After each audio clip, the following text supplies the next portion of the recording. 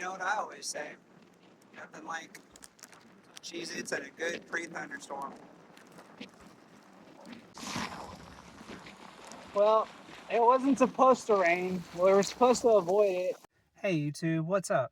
So I decided to hit up Martin Dies Jr. Yep, I'm really nervous. There's a lot there. Ugh, can't even talk.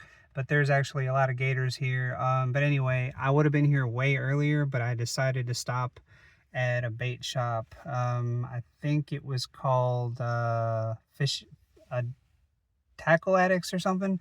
But anyway, they had so much to look at. I wanted to film in there, but I wasn't sure if I was able to, and I didn't want to make anyone nervous, so I didn't. But I got a few things, and I kind of want to show you. So there's this thing called a Q-bomb. I don't know if y'all ever heard of it or used it, but it's pretty, it seems to catch a lot of stuff. Not this one in particular. Like there's other ones that look a little bit bigger, probably like 2 or 3 inches in diameter, but she did recommend this one. Also this one, I'm going to tell y'all right now, I'm going to cry if I lose this, so I'm going to put a damn good knot. Oh man, I'm going to put a really good knot on it. So hopefully, but yeah, this one's for like top to, I was told like 2 to 3 feet down, but it's also, what it is you can actually use it for, let me see if I explain this right. Okay, so I forget what the name of this fish even is. I think it's like a perch or something. Correct me if I'm wrong in the comments, but it so bass actually hate this kind of fish because these go for the eggs when they're spawning, and so bass will literally attack this or try to eat it. Last but not least, so this one's, what it is it's weighted at the head, and it's gonna kind of dip and then come up if you jig it like that. And so yeah, I'm hoping I could do something with it and get something, you know, make something bite doing that. But yeah, those are the 3 things I got. Dude, I could have easily spent like way more than I did, but I didn't. I was restraining myself. I actually had 4 items in my hand, but then I was going back and forth between like these 2 different, like I call them ball baits. The one that the first one I showed you. Anyway, so enough about the baits. I'm actually here. I just paid my fee. It was $4 to get in, and yeah, I'm gonna drive to the launch site and see what we can do there. And I'll be on the water probably in, like, I'll say, I don't know, I'm guesstimating 30 minutes. I've never been here. All right, so normally I don't film when I'm driving. There is straight glass on the 2 bodies of water that I just passed by, which I'm driving slow enough, so it's safe. I'm a pretty safe driver. I just passed by 2 like little areas that, here, let me turn this down so I don't get copyrighted. But holy crap, dude, I've never fished on this kind of water before, and that's why I was so excited to come, because it's not choppy and it's perfect for my pond prowler 10, dude. I feel like this is my niche as far as what I need to be fishing on, because when I fish in open water, like lake type water, and there's lots of wind and chop, I feel like that's kind of problematic for me. I mean, I still catch things, you know, but I think this is going to be more my speed for the type of boat I'm in until I get something late, which I'm really, I want a boat, but I'm not really ready to have a boat. I got a couple things going on, but anyway, that's neither here nor there, and that's another video. All right, so I did check the weather and it looked like it changed. It's probably going to be somewhere around 3 o'clock. But no, it's like 3. Okay, so I looked at it and the clouds are developing over like the area that I'm in around 3:40, but it wouldn't tell me anything after 3:40. So I think I'm gonna be fine. I'm probably just gonna strip down back into my shorts. I got this waterproof stuff on just in case, you know, it gets windy and cold, which it's not even cold out here. It's actually really nice. But look at, this is the water I was talking about.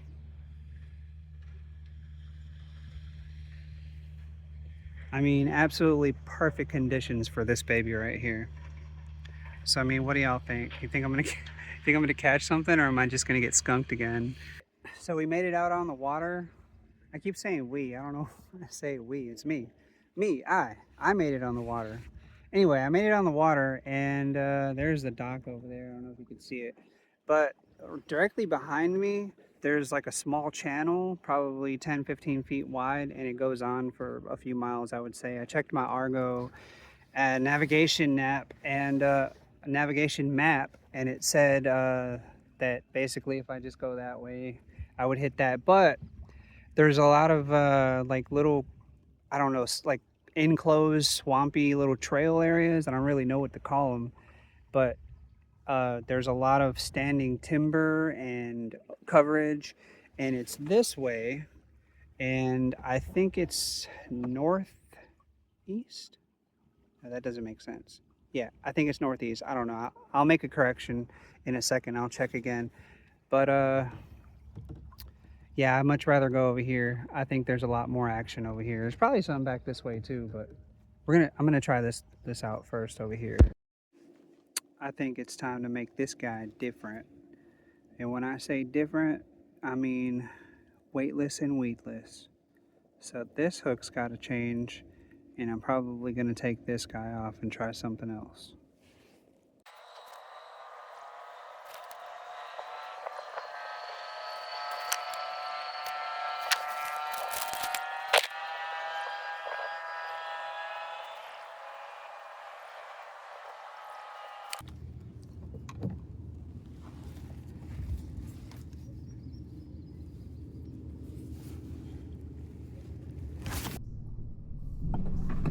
Almost got stuck in here.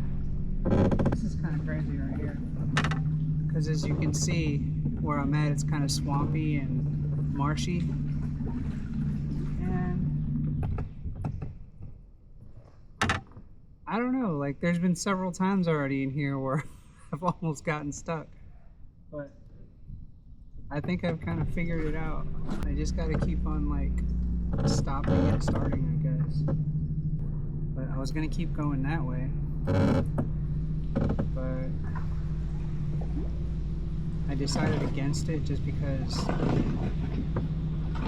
I still have to go around.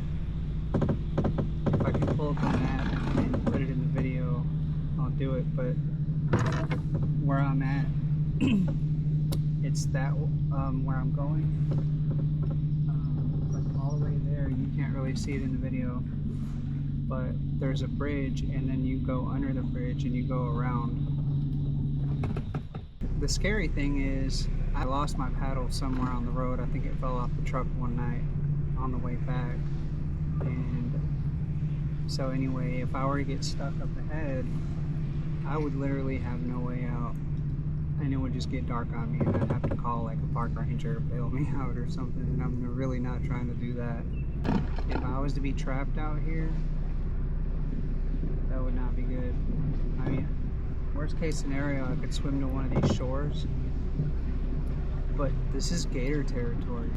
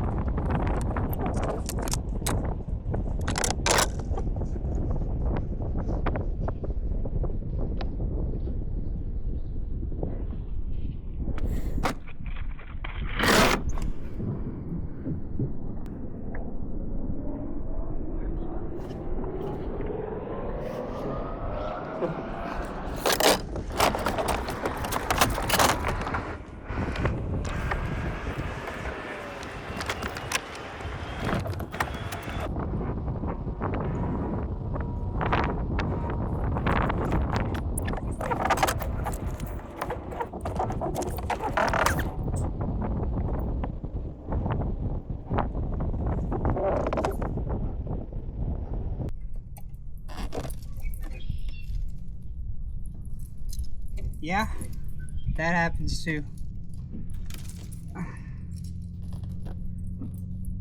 Let's try again without doing that.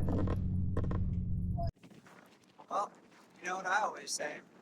Nothing like Cheez-Its and a good pre-thunderstorm.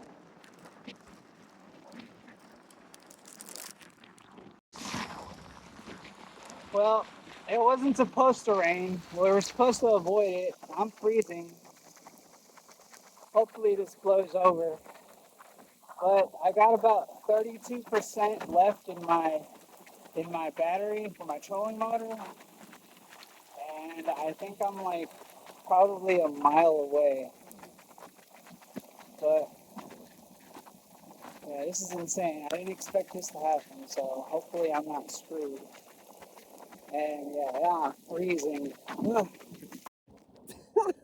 Oh my god, dude, that was freaking insane, dude.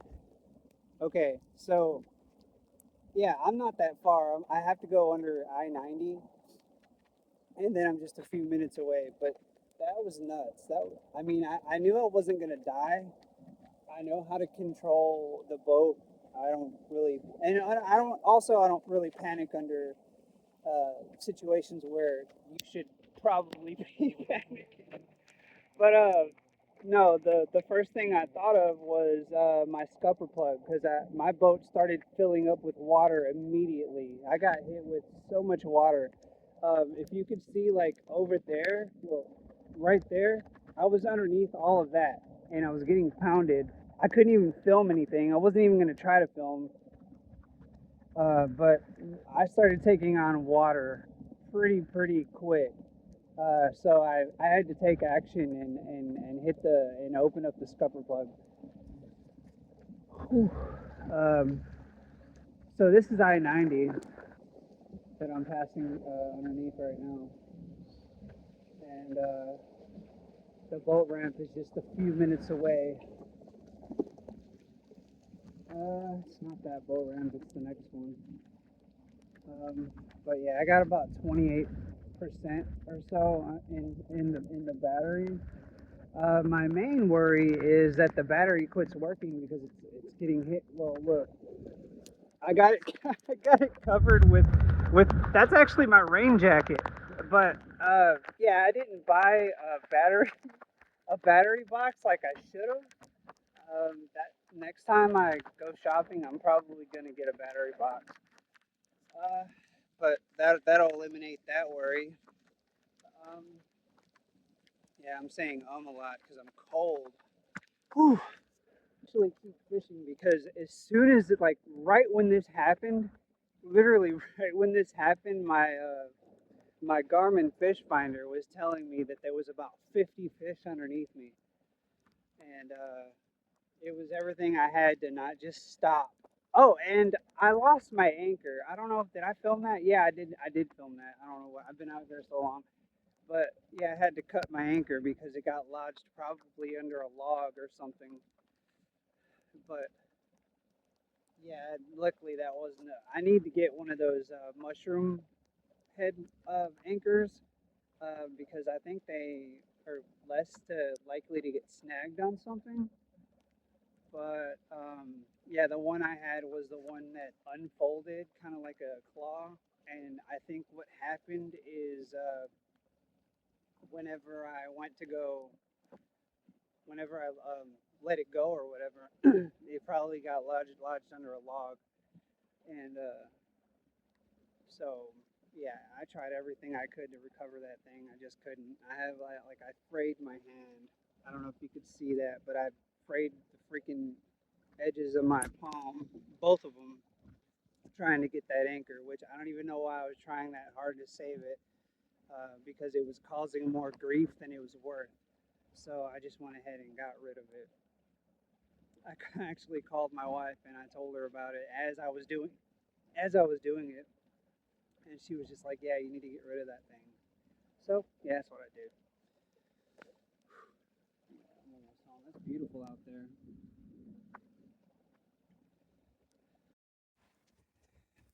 So my battery seems fine. Just pulled it to the side. It's pretty dry, but the floor was probably not ideal for it.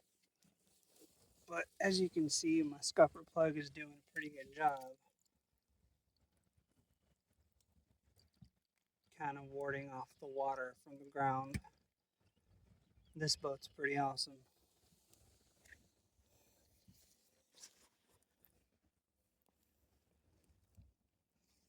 Just gotta keep my balance and stand here and let it drain out. And don't drop my phone in the water, buddy Jaron. So yeah, I tried to throw a few lines out here. Nothing right now. I don't think they're over here. Like I said earlier, they were more over that way. Lots and lots of fish on the other end. Hardly anything over here. A little bit. I was freezing about 5 minutes ago. Still kind of am. And during when I was trying to, hold on, let me see if I can situate this over here. When I was trying to reduce drag to haul ass, while I was hauling ass trying to reduce drag, there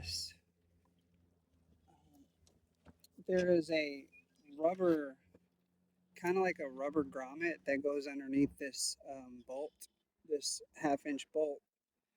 And I guess sometime in between when I was pulling it off the side of the boat, it fell off. So I have no way to mount it right now.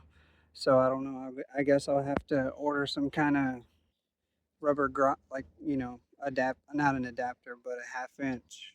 Looks like a 1/2-inch rubber grommet connector. I don't know what the hell. I just kind of made that up. I'll tell you what, that dock never looked so good. I really needed that. I needed life to like slap me in the face and say, hey, there's more to just being at home. Get out and do something. And so I go out and do something and almost die in the process. Man, if that isn't a lesson to check the weather and check it again and check it again. And if you're not sure if you think you're sure, check that again. Okay, so it's a new day. To give it a little bit of time. Sorry for the mess. I have a lot of stuff going on here. But basically I came home and put everything kind of spread out, because what happened was after the rainstorm, literally everything was soaked. Everything. But I don't need that. Yeah, this is good. There's no moisture in that. This seems to be fine.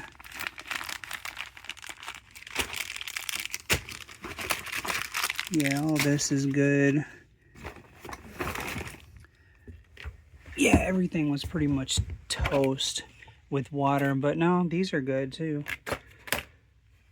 Fish finder, the scale, sure, it's fine.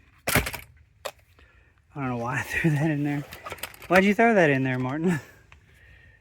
Okay, we're not going to pay attention to my giant shoe pile. We're not even going to look at that. If you look close, they're actually alive.